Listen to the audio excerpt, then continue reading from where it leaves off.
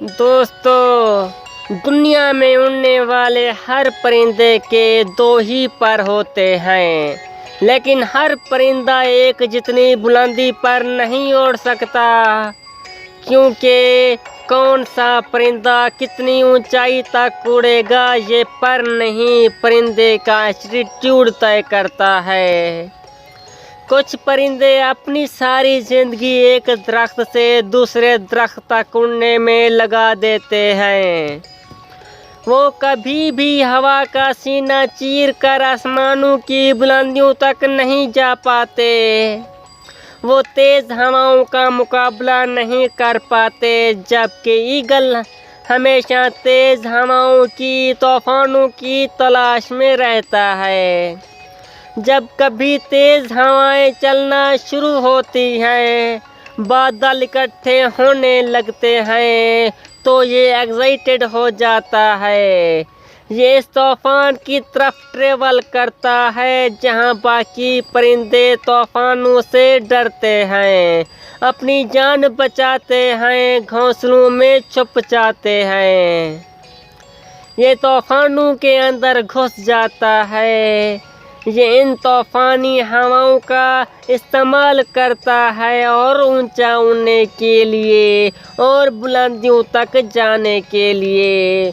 दोस्तों, ईगल हमें सिखाता है अपने रास्ते में आने वाले पत्थरों से टकरा कर गिरने की बजाय उन पर चढ़कर बुलंद हो जाएं। इन पत्थरों को अपने लिए रुकावट समझने की बजाय उन्हें अपने लिए सीढ़ियां बनाएं।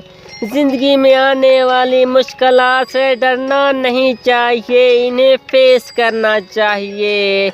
ये तो आपको सिखाने के लिए आती हैं, आपको ऊंचा उड़ाने के लिए आती है।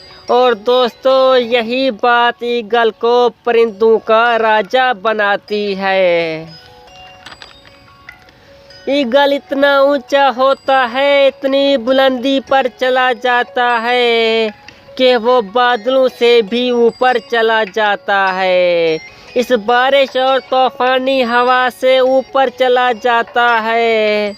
वो मुश्किल से बचने के लिए इतना बुलंद हो जाता है, मुश्किल उस तक पहुंच नहीं पाती। दोस्तों, ईगल हमें सिखाता है कि ज़िंदगी में जो तूफान आते हैं, टफ टाइम्स आते हैं, जो मुश्किलें आती हैं, आजमाइशें आती हैं, इनको वेलकम कहना चाहिए, क्योंकि वो हमें मजबूत बनाने के लिए आती है। ज़िंदगी में आने वाले तूफानों की वजह से हम उन बुलंदियों पर जा सकते हैं, इसलिए अपनी ज़िंदगी में आने वाली मुश्किलात से छुपने की बजाय, उनसे बचने की बजाय उनका सामना करें। अपने आप को इतना मजबूत कर ले, इतना बुलंद कर ले कि ज़िंदगी की मुश्किलें और लोगों की मनफी रवैये आपका कुछ ना बिगाड़ सके। दोस्तों, एक ईगल की उम्र 70 साल के करीब होती है। बहुत कम लोग जानते हैं कि इतनी लंबी उम्र तक जिंदा रहने में भी एक राज है, एक सबक है, और ईगल हमें सिखा कर जाता है।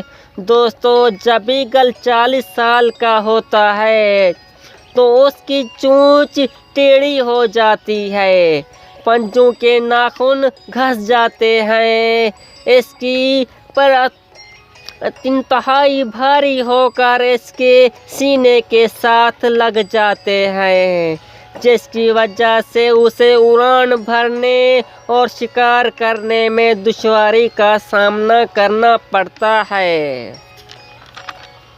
दोस्तों, अब ईगल के सामने दो रास्ते होते हैं, या तो वो भूखा मर जाए और या फिर अपने आप को बदलने के लिए एक तकलीफदा मरले से गुजारे। और ईगल मुश्किल रास्तों का चूज करता है। वो एक ऊंची पहाड़ी पर चला जाता है और اور اپنی چونچ کو پتھروں پر مار مار کر توڑ دیتا ہے اور پھر انتظار کرتا ہے نئی چونچ کے نکلنے کا۔ وہ بھوکا پیاسا رہتا ہے۔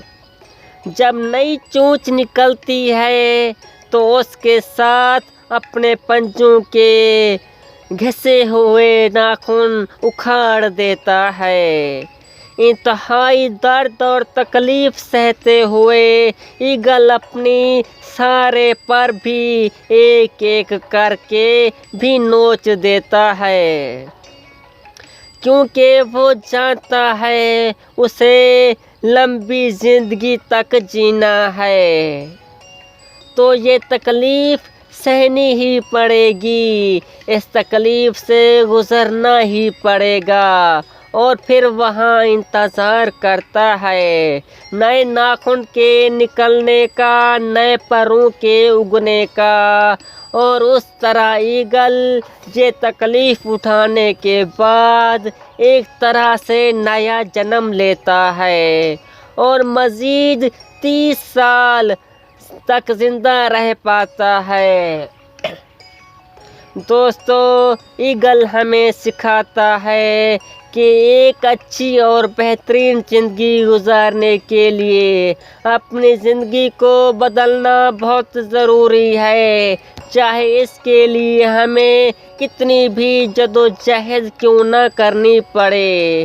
اس لیے ایگل کی طرح ہمیں بھی اپنی زندگی کے ماضی کی بری یادوں، بری عادتوں کو اکھاڑ دینا چاہیے، اور اس چیز کو جو ہماری ترقی کی راہ میں، ایک بہتر زندگی کی راہ میں رکاوٹ ہے، بوجھ ہے، اس کو اتار پھینکنا چاہیے، اور اپنے آپ کو بدل کر ہی ہم ایک بہتر زندگی گزار سکتے ہیں۔